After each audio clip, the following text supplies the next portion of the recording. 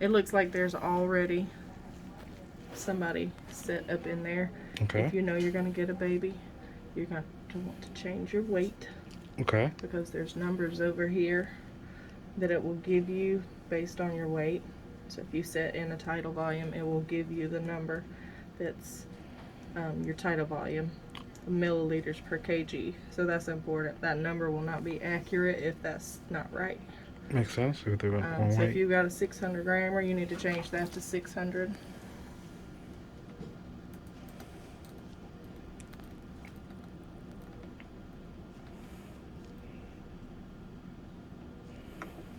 Alright, and then you need to go to your ventilation settings. It automatically populates the PC, AC, VG. So you'll set all of these numbers yourself. And then once you put baby on, all of the values that the baby has will come up here. So a 600 grammer, 0.3. I would keep that 40 until we got a gas. And then it would be 5 per kg. Gotcha. So 3 is about where you should be for that. Start with 5 a peep unless the physician says otherwise, and then I would start lower on your peep max. And the oxygen is based on whatever the baby's requiring. And that would be your Initial vent settings. initial vent settings for a Okay.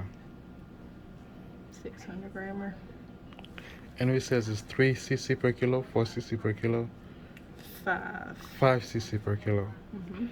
which is almost nothing for a 600 grammer. Mm-hmm. Okay.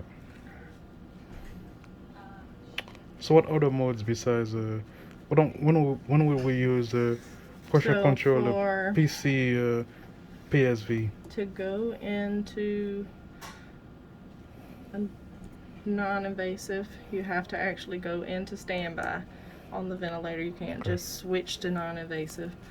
Okay, that's good to know. Mhm. Besides, to confirm every time, Right. we have to go to standby You have first to go to standby first, to change the mode. then switch to non-invasive, then go to your vent settings. Okay. So you have CPAP, Okay. and then you have your pressure control, CMV, so that you can set the high pressure and the low pressure for non-invasive. Okay. This is what we typically use after we extubate a micropreemie. You'll set the high and the low, and your I time is usually 0.5, unless the physician asks for something else. Okay.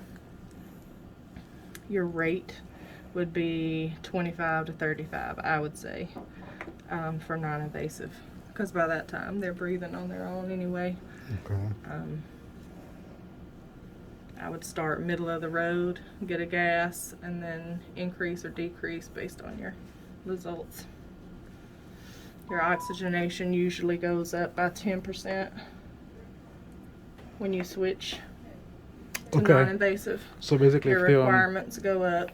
okay, just it makes sense. So like if they're like 30%, you'll go about 40. So of just that. keep that in mind when you extubate. You don't want to extubate from a baby that's on 60% FiO2 with an endotracheal tube, Of course. because then you're going to require more than that, and they're not starting off where they should. As far as the vent settings in invasive, the only one I've seen you guys use here is the PC ACVG. Now, if they want to go to a pressure control mode because they are, you got to go back To stand to by again. standby to go to the tube. Then go here. So,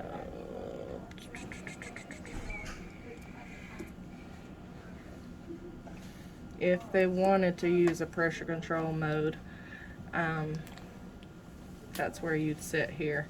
And of course you only set your pressure, well, you can set your volume too, but I haven't seen them use a pressure control mode here. It seems like the pressure control will be the same as the volume guarantee because they give you an option for volume. Does it give you an option for volume? It did. It did. Okay. Yeah. So that's why they use this one mostly. Yeah, they're very similar to me. Now you'll use pressure control on the transporter. Okay. That's all that's on there. So you'll set the high pressure, and then your volume will. Okay. Okay. Okay. All right. I think Very that's simple. it. Not bad. So thank you very much. Appreciate you. Right.